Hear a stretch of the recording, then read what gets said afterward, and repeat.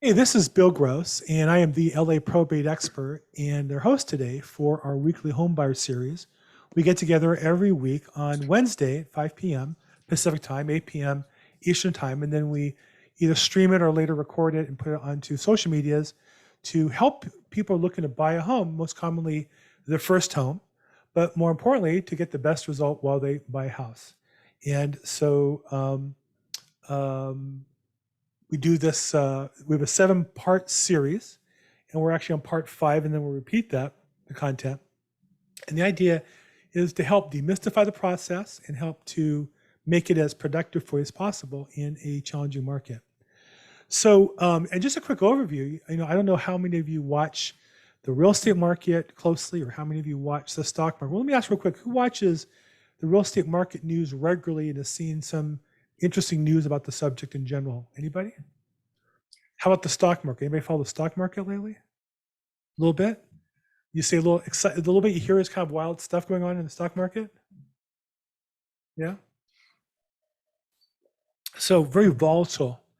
And what's happened is in the last month, interest rates have gone up about 1%. We had hit lows of about 2.75% for a 30-year fixed rate. And now it's at 3.75% for a 30-year fixed rate. So each 0.5% increase in purchasing price, well, think about it this way. If you're going to buy an $800,000 house and finance $800,000, 1% is $8,000 a year, or maybe $670 a month. And so that percent increase can be significant. Now, some areas, housing prices are crazy. People are paying 5 and 10% higher than the list price.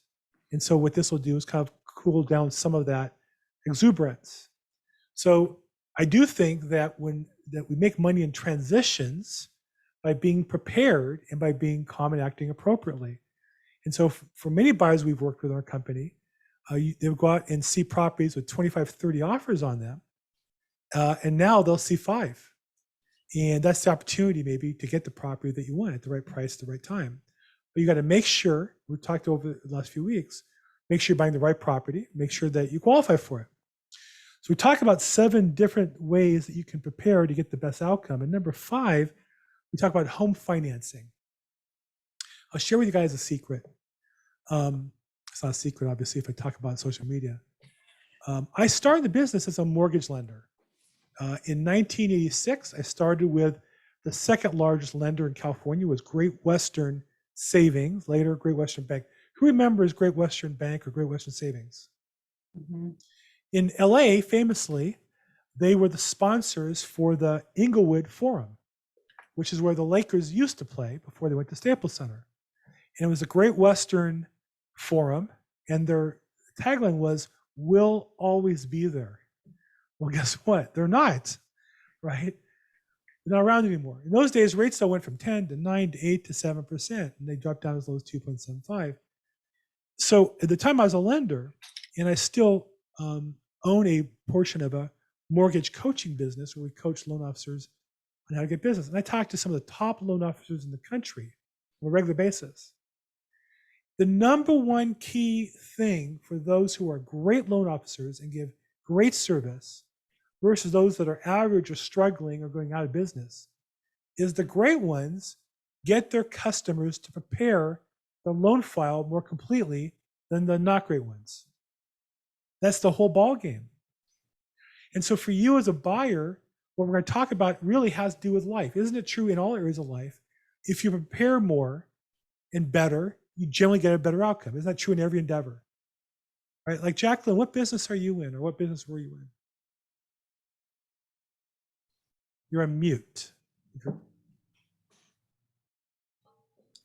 Hi. Hi. I'm in research. I'm a research associate. I work at the Palo Alto VA. Oh wow, Palo Alto VA. My late father-in-law, was a VA chief administrator at the VA clinic in Fort Lauderdale, Florida. So you do research. So generally speaking, you do research for ongoing or for requests or for certain support. So it's the research is cardiology research. Mhm. So just science for future understanding of, cardiology issues and Right. yes. Your whole Related to business is coding. preparation. You're doing scientific preparation so Yes. that when a doctor sees a patient and goes, what the heck do we do? They have the research on which to make the decisions, right? That's your whole business is preparing so that when something goes wrong in the future, somebody has the information they need to do their job properly, right? Yeah, yeah. You think about it that way. So, but that's true in every business. The football teams, we're going to watch the Super Bowl maybe on Sunday.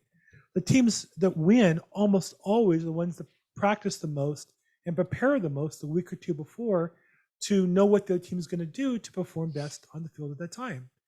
Same's true in real estate. The buyers who get the best outcomes are the ones who prepare and have their financing all lined up. And you might say, well, what difference does it make if they have all the bank statements or just the cover page? If they need all the pages in order to get you pre-approved, that's all the difference in the world. And so when we talk about getting ready, what we want to do is there's a difference between, well, two things I want to talk about tonight is there's a difference between being qualified and approved. Who knows what that difference is between pre-qualified and pre-approved? Anybody? Pre-qualified is they look at your information as you present it. So you'll say, I make this much money, I have these kind of bills, here's the house I want to buy, and they'll run the math and say, well, that makes sense. You're pre-qualified to buy a house. Pre-approved is you can say what you want, but they look at your W-2s, your pay stubs, the average, your overtime. If you're self-employed, they look at your tax returns. The down payment money, they verify it's in the bank. If there's debts you didn't disclose because you forgot about paying for something, they'll pick it up and they'll say, you're ready to buy a house. As soon as you find the house, the contract, we do an appraisal, but you're already pre-approved. Now, if you were a seller and had two buyers come to you, one offers you, let's say $1 million on a house, and he has his friend at Bank of America says, I know Joe, and I know Joe's qualified to buy your house. And the other one is Wells Fargo. Wells Fargo says, not only is Joe qualified, but we reviewed his income. We don't need anything else. We have his W-2s, we have his pay stubs, we have his tax returns, and his wife's or whatever. And we have his bank statements. We reviewed all those in details, and we ran his credit. All we need is an appraisal and a contract. We're ready to fund the loan. Of those two, which one are you going to take? The first, pre-qualified, or the second, pre-approved? Which one sounds like they're ready to go? Which one sounds like money to you? The one that's pre-approved, they've already had the bank look at everything Yeah, and approve it. pre-approved. Yeah. Right. Now, Pre-approved? pre-approved. Now, obviously, that's extra work for the lender to do. And I'm sure in all businesses, there's people who try to cut corners and are a little lazy. So the lenders will say you're pre-approved, but they really didn't do the work. My job as a real estate agent is to look at the paperwork and understand it. I remember I was buying a rental property in Florida, and I applied with the lender they required me to. And I got back the pre-approval letter, and I'd uploaded my tax returns and bank statements diligently, but it said on the letter that they didn't even review my tax returns. I said, hold it.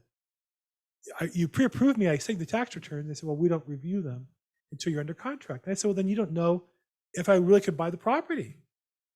And the listing agent's going to read that, isn't going to know if I can buy the property. So it's really important you understand the distinction. We want to work with a lender. I will only work with a lender. They'll pre-approve you so that if you want to buy the property and we find the property you want, you can buy the property and close. If that makes sense. There's no reason to torture our clients with properties they can't afford. So the first thing I want to say is it's important to know a lender that will do the work. And part of the work is a pre-approval. Part of the work is selling you. My lender will call the listing agent and say, hey, I represent Jacqueline. And not only is she pre-approved, but I'm doing the loan. I'm telling you I'll take care of it for you. I just need access to the appraisal and the contract, and we'll fund this thing in 2 weeks. We want the lender to call the listing agent to help us sell you to get the property. That's what top producing agents in this market do. That's what the average agents don't do. And also a lot of people promise to do it and don't follow through, but that's what is needed to be successful. When I'm a listing agent and a buyer's agent calls me and sends me a pre-approval letter, I'll call the lender. Right? I'll call the lender and try to find out. I'm sorry, somebody. How do you So, change? Check. so again, it's really important, the distinction between pre-approval and pre-qualification. And you want to make sure that your lender is willing to call somebody, call the listing agent in order to sell you and how good you can be to get the property closed. Any questions on that? The first part being the importance of being pre-approved. Charmaine, welcome to our call. That's the seminar. Mhm. Where are you coming Thank from? you. Thank you. Orange County. In the OC, I grew up in the OC. I grew up in North Orange County. Where are you calling from? Wow, you do that. I'm calling from, I'm in, Irvine. Irvine, South OC. Very nice. I grew up in La Habra, so shout out to Oh, the okay, I've OC. been out there before. Very nice. Okay, so we talked about pre-approval versus pre-qualified. The second, Patricia, anything you want to add to that? Yes. Hi, everybody. I just wanted to just reiterate basically what Bill was saying about being ready to purchase, once you have your financing in place. Also, aside from the financing, if you're getting any type of gift money from a relative or a friend, you want to make sure that that's also ready to go, that you have a gift letter that's already been prepared and submitted as part of your qualification to the lender. So the lender sees it, approves it, and also that would get submitted to your, to the listing agent when you're going to make an offer on a property. So aside from getting financing from a lender, if you're also getting, any, like I said, any type of gift money, I've seen that come across too. You want to make sure that that's lined up and it's also ready to go. Exactly. The second thing that I want to say is we want to make sure that you as a buyer know what your monthly payment is when you offer something and how much money is needed to close a transaction. So when you get pre-approved, you want to end up with a detailed monthly payment estimate, which includes the mortgage principal and interest, taxes, if mortgage insurance is required, if not, you want or homeowners insurance as well. You want to know what that monthly cost is going to be, number one. Number two, you want to get a buyer's estimated net sheet. So you know how much money you need to bring into escrow, your down payment, plus any closing costs. So you're not surprised. Closing costs, there's two parts. There's the transaction part related to the transaction, like escrow, title, appraisal, inspections. And then there's what we call recurring closing costs or prorated closing costs, the portion of the taxes, insurance, maybe mortgage insurance due at the close of escrow as well. And so it's really important that your lender give you and give us as your agent the monthly payment so we know how much it's going to be. And that way, if the rates change, we can qualify you at the new rates, make sure it still makes sense for you. And how much it's going to cost you to close the transaction. The lenders want to see you can close plus have excess reserves, and they have to document all that.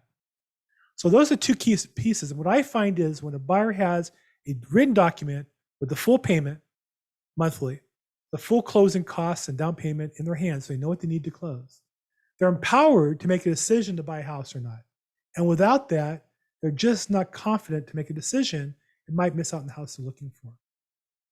So really important to work with a great lender who's going to help you get the property, help you feel confident to make the right offers in the property. Anything you want to add to that, Patricia, when you work with clients about getting them the actual numbers of what's going to cost them? Yes. Aside from the closing costs that you were just describing, I had a client that was purchasing she sold a property in Los Angeles, right in the city near downtown LA. And then she was looking for a property in Lake Elsinore. So if you're not familiar with that city, Lake Elsinore, there's different planned unit developments that are in little pockets, with mountains surrounding them.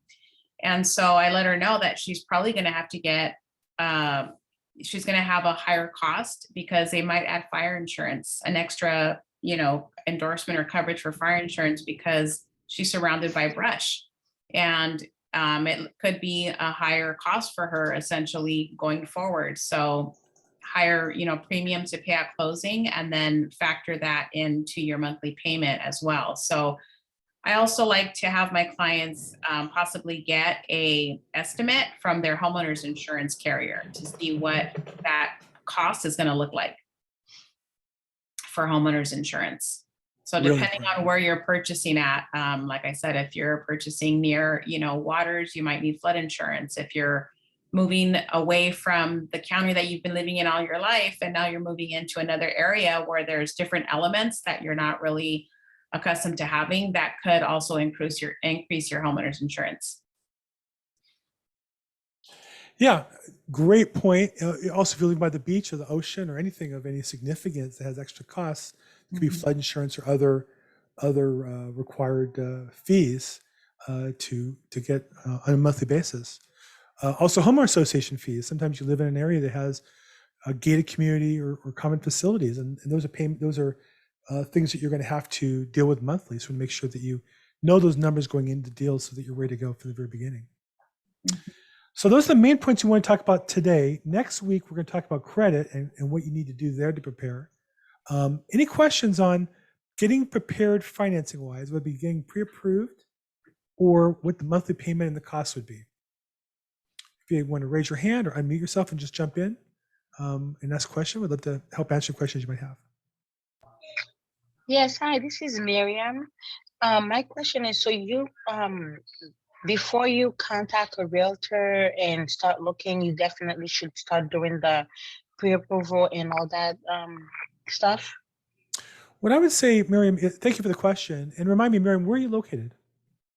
I'm in Jacksonville, Florida. Jax, J-A-X, very nice. One of my very good friends, Al Nicolay, is an attorney in Jacksonville. I interviewed him on our Zoom call last week. What I would say is you should connect with a realtor because the realtor and the lender work like a team.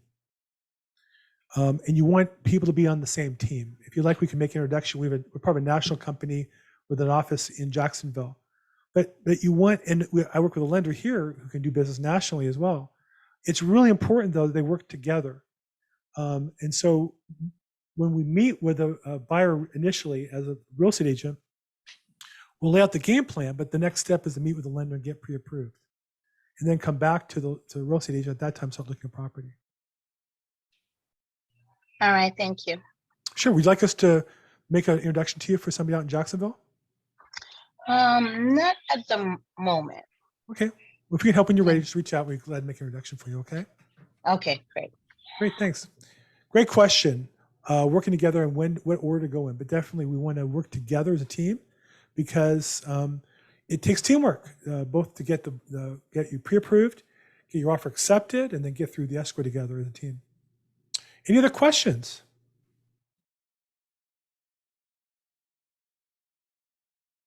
Good? Jacqueline, we good? Okay. Hi. Yeah. I can't think of anything right now, Okay. but I started this process with one real estate office, Mm-hmm. and then but then another friend of mine said, "Hey, talk to my friend's spouse or something.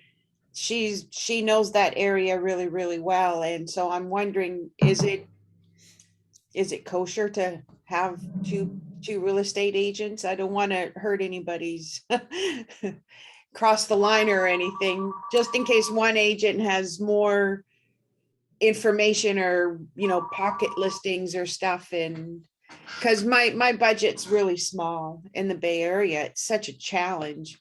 It's really difficult to find something low. But anyway, that's my question. I'm just wondering, is it? Great question. So I'll say a couple of things. Have you signed any contract with either of those real estate agents? No. Sometimes agents will kind of rush with you to meet with them and to sign an agreement. Now you're stuck with them and you have to read the terms of the contract. Most agents don't do that. I don't do that as a general practice. I feel like if ever you're not happy with my service, then you should find somebody else. And fortunately, I work with people who are happy with my service. But what I would say is, as long as you let them know that you're looking for something they're not providing you, I think it's fine. Okay, I think that you don't want to mislead somebody right. and just say, I just want to let you know, I did talk to another agent who's an expert in this area, and I feel like they can maybe give me some additional properties. That at least gives the agent two things. One, the chance to up their game and work harder for you. Okay, And second, they might say, really, that's a better option for you. And that's what I would say if that was important to you. right. My strength is contracts, negotiations, preparation, working with the listing agents to get your offer accepted. If you really want somebody who knows a particular neighborhood, I might not be the right agent for you. Okay, thank you for that. Because Good. I really kind of got stuck on that. I didn't want to have, insult one agent who's trying, but not super hard for me. And then the other agent is trying a lot more. And she has a lot more experience, especially in this one little neighborhood that I'm kind of interested in. So, but yeah, no contracts. I haven't signed any contracts or anything, but anyway, thank you for that. Thank you. Very good. We got a couple people just jumped in. Peter and Jeffrey and Ash, you all look like you're ready for a video game. You guys playing with each other here? Or are you? Bill, oh, sorry for cutting you off. Do I say No. No, I Bill just have Ross? two computer screens, so I'm using one to like type or text. I'm a stock trader by day, forex trader. So I have a lot of monitors. That's all I do pretty much. I'm not gamer or anything. Okay. We're doing a seminar here on home buying. Are you guys looking to buy houses or just? Oh jumping yeah, in for some absolutely. information? By the way, Bill, I see that subscribe button. Do you have a YouTube channel by any chance? That's I what- do. Bill that's- Gross that's what I was EXP. gonna ask. Could we do a potential collab and do business or something? Or Yeah, why not? okay. If you have a business email, make sure to DM it to me after we're done this. Sure. Okay. Yeah, but Thank you. Bill at the LA Probate Expert. You see my YouTube? Just put a comment in there. I'll pick up. From there. Okay, for sure. Cool. Thanks, guys. Any question, Peter or Ash? You have any questions I can help you guys with as far as real estate or? Is there any way I can sell my parents' house so I can make it my own? Well, are your parents alive still? Yes. Well, if they sell to you, I guess you make a deal with them. No, I mean like unwillfully. Well, we call that Yeah, stealing. I don't think you. Yeah, I don't think you'd want to do that, Ash. Why? Trying to hit a lick. Yeah, Yeah. you can. That would be illegal, Got Ash. sentenced to jail time. Oh. Yeah. Well, it's interesting. Well, how much jail time? I think 30 years, maybe. Are we talking theft of property or like theft of property with like assault, battery charges, and like a possible Oh, it was homicide? I think bestiality or I don't All can't right, remember. I'll find a different way. Thank you. Okay. Well, good luck. So I can help you with that. Okay, Sorry guys. for cutting you off, I think Bill. it's all for our home buyer seminar this week. Thank you so much. We do every Wednesday at 5 p.m. Pacific, 8 p.m. Eastern time. We're on YouTube as well. Patricia, any last words you want to say before we go?